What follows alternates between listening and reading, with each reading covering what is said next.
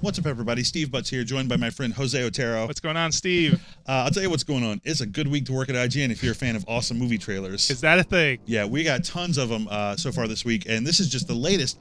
Batman v Superman: Dawn of Justice just came into the office. We're taking a look at the trailer right now.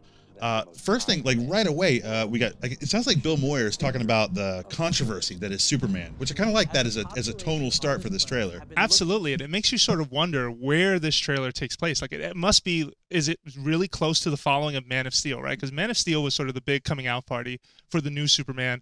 And it wasn't. It was a kind of a destructive party because you had the Kryptonians show up, you had General Zod, he had to kill him. Spoilers. How closely does sorry about that, but how closely does this follow? And it seems to, at least from the dialogue, be a reaction to this being that has joined this world. Yeah, so Superman was a lot darker in that movie. This movie seems to be a lot darker all across the board. We saw, I'm guessing, was a rebuilt Metropolis there. I'm not 100% sure what's going on in this one. This shot right here, maybe this is some kind of Joker cult or some sort of Day of the Dead type festival, but clearly, like, Superman is being revered. Yeah, he's in demand, and the look on his face definitely says to me, at least, he doesn't know, or he doesn't know how to deal with this. Mm-hmm. And I wonder if that's also an angle that this movie is taking, sort of Clark's struggle to understand his place in this world, because a lot of Man of Steel was that, but then I don't think those problems just go away just because now he's revealed, and now he's a part of, Metropolis in this world. So yeah, definitely some reverence going on. You see like the red flowers there too. A lot of interesting imagery in this. And obviously if you saw Man of Steel, Superman was portrayed with a lot of messianic type imagery in that movie. Looks like they're doubling down on this idea of Superman as a like a god figure. Yep, absolutely. So we've got that. We've got multiple voices now. Holly Hunter's in it. This is Neil deGrasse Tyson talking right now. As you said, Bill Moyers was before. And to me, that kind of follows on, the way The Dark Knight Returns, the famous comic book by Frank Miller in 1986, was set up. They had all those panels of the TV screens and multiple voices. That's right. And I love that they're getting folks like Bill Moyers and Neil deGrasse Tyson, if it is in fact those folks, to be in this, because it gives it a kind of like real world gravitas, right? Yes, and one of those voices, Joshua from our comics team pointed out, sounds like Jesse Eisenberg, which is the new Lex Luthor. And there's a lot of sort of statements being made about, sort of what is this person, what are his real intentions, or sort of the hanging questions that they seem to keep running around. And then you see moments like this, which are iconic Superman moments. Him sort of coming to the rescue, saving the day. At least that's what I think is happening here. Big Russian, you could assume satellite or rocket or something, but Superman is always the reaction. He shows up to save the day. And I guess we get a sense here. I mean, I'm assuming that he's doing the right thing in this scene. But yeah, this says Roscosmos on the satellite there, or the lander, or whatever it is. So it's clear it's like the Russian NASA. Superman is very much like a global figure. In the comics, it seems like they're kind of trying to portray that in this trailer as well. Absolutely. They talk about, people aren't telling the whole truth. Power corrupts absolutely. And you see this sort of towering statue of Superman that we're kind of trucking in towards in this rebuilt version of Metropolis. It's kind of sinister. Like, it's not the Superman that I would expect to see. Yeah, no, absolutely. Even this shot right here, this caught me off guard completely, because one thing about it, first of all, outside of these armed men sort of taking a knee in front of Clark, is the idea that they're also wearing patches. And if you see, all of those patches look similar to the Superman insignia. So what is this? I mean, has Clark sort of basically taken over? Is this him being sort of a dictator? Is this like sort of what happens in did you ever see the video game Injustice? Plays the idea. There've been a couple comics too that play with the idea that power ultimately corrupts Superman. Absolutely. And is this what happens? So or are these guys sort of the Batman hockey pads support crew, you know what I mean? But this is a very different relationship, at least in the way they're responding to him versus the way Batman responded to them in the beginning of The Dark Knight. This plays on a couple other things that I really like. The first is there's that scene from the Man of Steel trailer where Superman's being escorted, maybe in handcuffs, by soldiers as well, in this sort of same sort of one-point perspective shot. And this is so far away from that, but still kind of evocative of it. The other thing, watch this. Superman is literally, like, spatially above everybody else in this entire trailer. That's he is always over every other character in the scene with him, and that really, like, enforces this idea of, like, authority and autocracy and tyranny even that they're kind of playing on. Which would be a complete reversal from the Dark Knight comic that we think this is inspired by, because in that one, it was more the fact that Superman was a pawn of the government. Yeah, he was a tool of the establishment, absolutely. Also, he's very dark in almost every scene, and his surroundings are dark too, which hints at this sort of like maybe moral complexity or depth that we don't usually associate with Superman. Yeah, and also just here a lot of sepia tones reminds me of the Batman Begins movie. Just in terms of tonally, the entire movie was very sepia, very brown and black. Yeah, where do you think he is in this? Like some kind of underground bunker, maybe? It's hard to say. I don't know any places that have like that metric. It's got to be that or a pool, because look at that ruler like going up the side of the ladder. Like I'm not sure what that is. Right. You know. Just a guy trying to do the right thing. Awesome. And again, we get closer to the statue. People are saying go back home. So another sort of thematic element of the Superman mythos is, you know, he's an immigrant, right? Yeah, and so yeah. like that's relevant too. Yep. You know, particularly in you know, some of the discussions that our society's having today. Yeah. So I think like that's a really resonant theme to plug into with this character. Absolutely. The Man of Steel film, in line with the Donner films, played on the idea that Superman was alone. In the universe, and a lot of that makes you wonder if that is what they ultimately use as the thing that corrupts him, as the thing that finally says, well, I'm better than everything here, should I just, you know, rule these people? And of course we're speculating here, we don't know for a fact. I like to believe that the Kents raised them in a way that this is not this is not possible at all, but of course any good writing team can hopefully make a case for what ultimately changes him, and in some cases that involves Lois, who Amy Adams does not show up in this trailer at all. Yeah, a bunch of people missing from this trailer, actually. Yeah, a bunch of people. And also, looking at this, you know, again, Superman's above everybody. This has got sort of that religious kind of connotation. We don't know who this figure is on the right, but like it looks like they're wearing like a monk's habit, like friar robes or whatever, right? So again, like pushes that point home. Yeah, absolutely. No, I agree. I keep dwelling on who that is, but this surprised me here.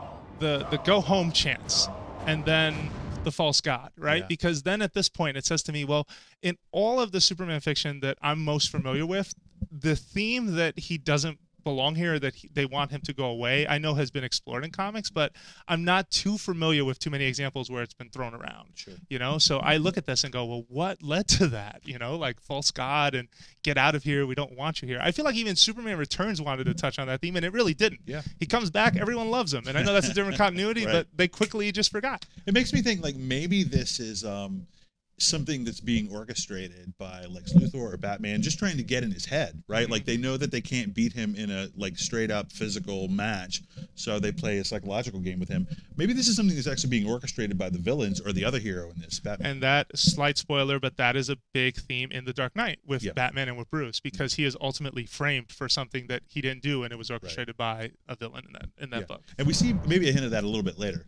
Yep. Okay. So then moving forward. Now here, Jeremy Irons is talking about the rage, ultimately how the feeling of powerlessness.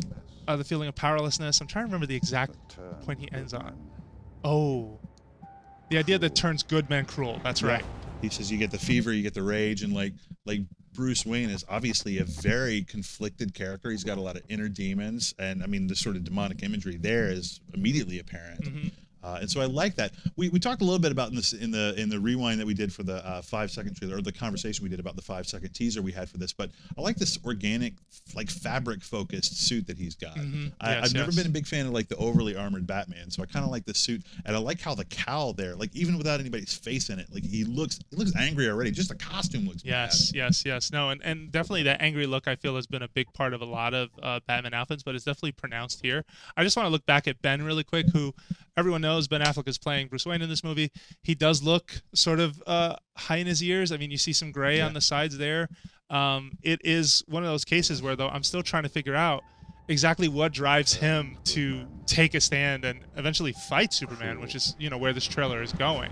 Well, Superman is like the ultimate representation of lawfulness, right? And Batman is outside the law. Like he feels like he's got to do what the criminals do to a certain extent in order to get what he wants out of this world with regard to justice. And he and Superman have always had a conflict. And Superman's very much follow the rules, and Batman's like, well, but the rules are just you know, a means to an end. They shouldn't be you know, confused for the end itself. But it'll be interesting if this movie frames it as this is the first time they meet, because we're so used to the comic universe where you know, Clark and Bruce are both good friends, and where Clark even trusts Bruce with the one thing that can stop him. And it makes me wonder, okay, how does this movie bridge that gap if it's leading up to this fight? Because ultimately that's going to be a factor in what decides the W or not here. You know what I mean? Just taking a look quick here, obviously you're looking at Batman, but I'm wondering too if this is during the possible fight with Clark, just because he looks a lot bulkier, but then again, the suit as a whole is pretty bulky. He looks pretty big. Can we back up to a frame where the lightning is sort of lighting up the pillars there? 'Cause Absolutely. I want to talk a little bit about that because we've got, you know, Joe plus Kayla, Mona, you know, a couple of different elements repeated here again and again. You know, we thought originally there might be more clues about, you know, who was in the movie or what the context of the scene is. May just be names of the production people's boyfriends and girlfriends. But, Yeah. there is that big question mark there in the leftmost pillar, and like that's very clearly an good catch. iconic sort of, you know, signal of the Joker. Or, Absolutely. I'm sorry, not the Joker, the Riddler. So, Yes. you know, maybe the Riddler plays some part in this, or maybe that's sort of foreshadowing, or just some way to tie in the whole universe. Because I mean, we should point out, though it may not need to be for most of the listeners, Dawn of Justice is DC's first attempt to integrate all its universes. Yes. You know, and so we're going to get Batman meeting Superman for the first time in these properties, and being extended into all the Justice League characters. Yep. Two things. First, he's holding something. Obviously, we can't tell from this angle. Second, is this where Superman killed General Zod? Oh wow, I don't know. I almost wonder if this place has just been closed off and if they're revisiting that scene or revisiting that place, because that was a pivotal moment in the Man of Steel, and one that I feel a lot of us weren't used to seeing Superman in, a position we weren't used to seeing him in, where he was forced to actually kill someone. Right. He crossed the line. Yeah. Yeah. Very controversially too in that movie. So Yep. this, I think that we're both saying this is the Batplane, right? We don't have like huge confirmation on this, but you see a big plane in a Batman movie, you think obviously that's the Batplane. What it does next, though, leads some people to doubt that that's the case. Yes, it comes in here, and these guys, they don't look like, you know, this doesn't look like regular military or police. It look like criminals, and this plane just comes in and just completely demolishes them. Yeah. Doesn't seem like in keeping with Batman's character, but given the choices Zack Snyder make at the end of Man of Steel for Superman's character, I don't know. Like, all bets are off as far and as also I'm concerned. given Bruce's age, right? And in terms of if this is following the Dark Knight storyline, it is a Batman who has hung up his spurs, has moved on, and then the world sort of puts him in a position where he feels he's necessary again. Yeah. That said, though, Darren Brazil on our video team is constantly saying, well, you don't know if that's Lex Luthor controlling that you know, that Batplane. That might not even be a Batplane. So whatever. For the sake of not arguing, it could be. It might not be. We'll see. But it could. Here's an interesting thought. It could be a Batplane, but it still could not be Batman doing this, because one of the you know, properties that this movie draws from is Kingdom Come, and in that Batman has a lot of drones, right? And it could very easily be that Batman has drones out there that are working to accomplish his ends, and maybe Lex Luthor hijacks one of them, and then begins to frame Batman and starts to play these two heroes off of each other. There we go. So that while they're focused on fighting each other, he can engage in whatever plan he's trying to enact. And that's right. And we don't see those villains in this trailer, but they are a part of this world. Absolutely. All right, and then your quickest shot ever of the Tumblr-esque Batmobile. Not much to say here, except it's definitely reminiscent of the Tumbler, at least from behind. It's also apparently explosion-proof. Oh yeah, that's always the case, right? Batman knows how to come correct. So then this next shot, or excuse me, the one after this, that's a great shot, by the way, right there. I mean, you're getting some of your first HD looks at Ben Affleck in the Batman suit, or the bat suit. I love that he's thick. Right, like you know, like Batman can be sort of panther-like and like graceful and lithe, but like this vision of Batman, which is again very much Dark Knight Returns, like very much Frank Miller and Klaus Jansson's vision of Batman. This is super familiar to me, and I really like this. Resonated with me a lot when I saw this trailer. Absolutely, yeah, no, the short ears, everything about it reminds me a lot of that. So this shot here, oh man, this. So let's unpack this for a minute. Right. If you've read The Dark Knight Returns, you know that there is a very similar scene in that comic book with Batman using what looks like a rifle, a sniper rifle at that. And immediately you jump to the conclusion, well, he's gone over, he's gone overboard, this is it. But he ends up using it to fire a grappling hook. So I wouldn't jump to the conclusion that he's up to dark and evil things here, is all I'm saying. Like, I made that mistake with the comic book by Frank Miller. That obviously was not the case. Right. Big reminder for folks, just, you know, hang on. But whoa, still looks really cool. It still looks awesome. I love this shot. And just that idea that like he's like the sentinel of the city. Like he's the guy who's looking out for trouble. I love that image. Absolutely. All right, and then we're coming in on the closing. So judging by the scratches on this suit, Right. Stuff may have already started. Like the battle may have already begun. I'm not entirely sure because I don't think most of that suit would survive. But regardless, here's your first look at Armored Batman. Now, folks will recall that last year at San Diego Comic-Con, some of this footage right here was shown to a group during a panel for this movie. So this is your first sort of HD look at that, not some shaky cam thing that someone snuck out of there. And I got to say, I really love it. I mean, we've said before, Batman can't compete with Superman on an equal footing, so he's got to use kryptonite or mind games, or he's got to use his amazing skills as an inventor to kind of find that edge. That's right. And I love this. I love this suit. Like, I'm super into this look for this character. Absolutely. And he looks up, and again, you know, Superman once again in every shot in this trailer above everybody, and in this case, way above. Yes. You know? And then the line that gets delivered here, "Tell me, do you bleed?" It sort of begs the question, is he saying that, or is something else saying that? Right. Now, of course, Ben Affleck is going to approach the Bruce role with possibly the way Christian Bale did, where Batman has a very different voice from Bruce. I mean, it sort of helps. I know some people find it silly, but it does help to sort of hide who he is if he sounds like an animal, if he sounds like something different. But this voice here, it sounds so robotic, and yet the face on this costume is, let me just back up a little bit here. I mean, it's not covered. Like, I'm going back to show that, but it's an obvious point. It's not. The mouth is open, yeah. Yeah, absolutely. so why does he sound like a robot? Yeah, he'll have his own take on that. Yep. But for me, this "tell me do you bleed" line, I don't know, it's not in keeping with the Batman character that I was expecting, but it's very much, I think, in keeping with what Zack Snyder's done with Man of Steel. So I don't know. I mean, in the context of the whole movie, maybe it works. Yeah, and just a side note, in The Dark Knight Returns, this face-off, this fight, this portion of the fight, at least the way I remember it, happens in Crime Alley. It happens in the alleyway where Bruce's parents were killed. Yeah, absolutely. Yep, and there's... Oh, and it ends with "you will." So there you have it, folks. Yeah, that's awesome. So Jose, you know, I really liked a lot of the things that we saw here. You know, tonally it's not exactly what I was expecting, but I'm into it enough to want to go see this movie. I still, you know, we haven't seen Wonder Woman, we haven't seen anything else with the other Justice League members, no Lex Luthor, so there's still a lot of surprises in this movie. Final thoughts? I think the trailer is impressive. I just think there's still so much more to show, and I agree with you. Like right now, definitely dark, definitely brooding, and it fits.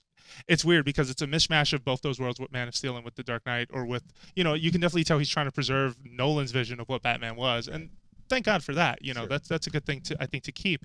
But we'll see what the next trailer sort of reveals and where sort of the plot steers. Yeah, well, we've got a lot of time between now and the time this movie comes out in March of next year. So for more on Batman v Superman: Dawn of Justice and all the amazing things that you're into, you're already in the place you need to be. IGN.